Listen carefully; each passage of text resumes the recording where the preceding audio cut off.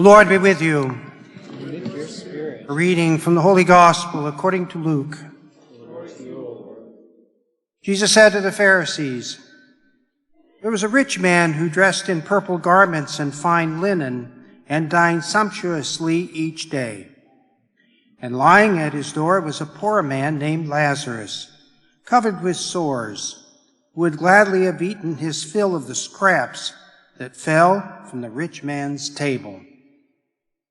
Dogs even used to come and lick his sores. When the poor man died, he was carried away by angels to the bosom of Abraham. The rich man also died and was buried. From the netherworld, where he was in torment, he raised his eyes and saw Abraham far off and Lazarus at his side.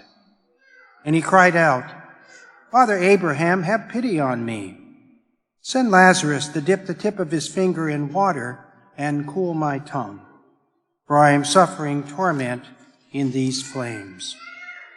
Abraham replied, 'My child, remember that you received what was good during your lifetime, while Lazarus likewise received what was bad.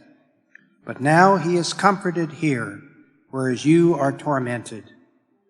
Moreover, between us and you a great chasm is established, to prevent anyone from crossing who might wish to go from our side to yours, or from your side to ours.' He said, 'Then I beg you, Father, send him to my father's house, for I have 5 brothers, so that he may warn them, lest they too come to this place of torment.' Abraham replied, 'They have Moses and the prophets. Let them listen to them.'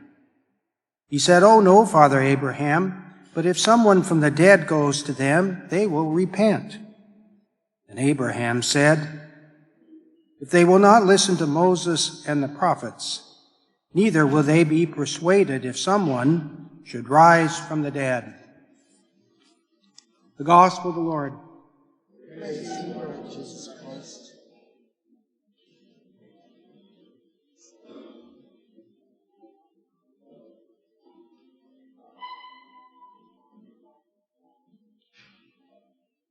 Plusios. Plusios is a Greek word. It means a wealthy person, a rich man or woman, and not just well off. Plusios is very wealthy.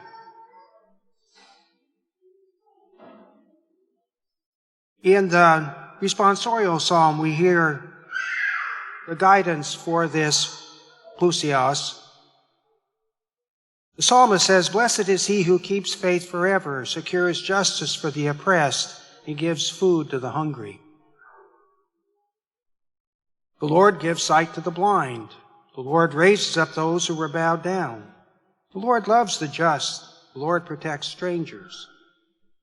So we have a guideline for Plusios to take care of the poor and the sick. And then it talks about what God's doing. God cares for his people, and as believers in God, we are called to do the same. Plusios. Jesus talks about Plusios in the gospel today. Again, this is not just your well-off person. This person is exceedingly wealthy, way past the imagination of his listeners. It talks about, in the parable, the rich man dressed in purple garments. Purple garments were extremely expensive. They were dyed purple by dye taken from a sea snail, which is harvested off the coast of Tyre and Sidon, in what was then Syrophoenicia, but now the southern part of Lebanon. A sea snail. Hard to get that dye out of that little creature. So it takes a lot. It's labor-intensive. It takes a lot of little snails to secrete enough dye to dye a garment. So it's very expensive. Typically, royalty would have purple. But this man, he's so wealthy, he's got a purple garment. No longer, and not only is he a purple garment, he has fine linen. Again, people in the crowd listening to Jesus probably have never really seen fine linen. It would have been something way past them. And in addition to that, this Lucius dined sumptuously. People listening to Jesus wouldn't even know what that meant. They were lucky to have dinner. Dine sumptuously. Not just once. He dines every day like this. So this Lucius is dressed in purple, he's got fine linen, and he's dining sumptuously every day. And as Jesus continues the parable, outside this door of the rich man is a poor man.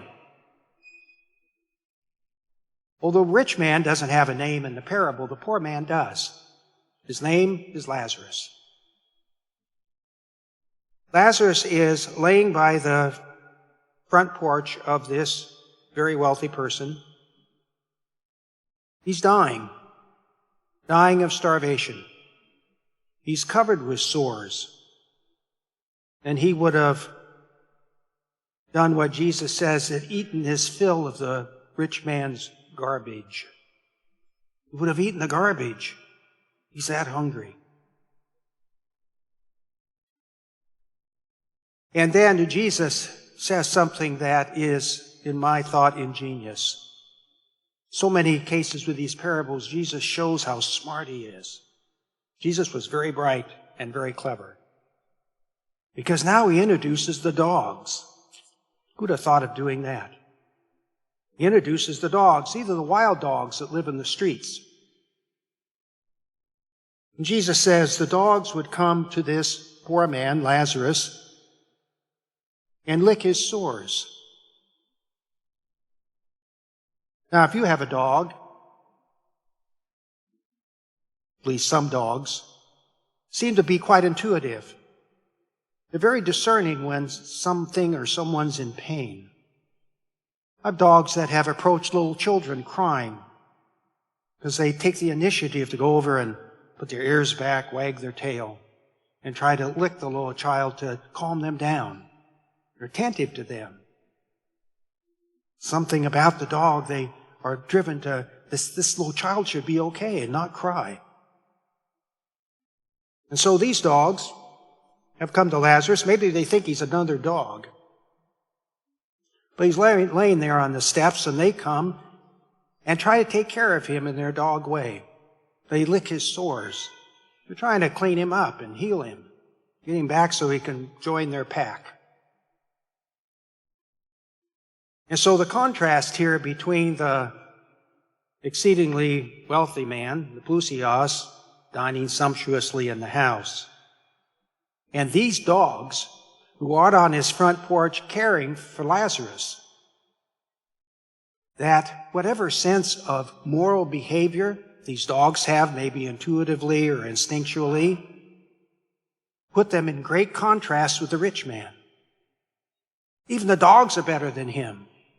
Even the dogs are trying to care for this man dying on his front porch. And sure enough, Lazarus dies. And as Jesus says in the parable, he's carried off to the bosom of Abraham. Then the rich man dies, and he ends up in the netherworld in torment. So in this parable, the rich man is in torment, and he sees Abraham and Lazarus off at a distance. And he says, "Father Abraham, have pity on me. Send Lazarus. Lazarus." This rich man has the gall to know the name of this poor man dying on his steps. He knows his name's Lazarus. How disturbing is that? Poor man had a name. Although he didn't care about him in life, he wants Abraham to send Lazarus over here and give me a drink of water because I'm in torment. And Abraham, of course, says, no, that's not happening. That Lazarus is here because he has suffered in this life and now he's in glory. You, on the other hand, have been in luxury the whole time and now you're in torment.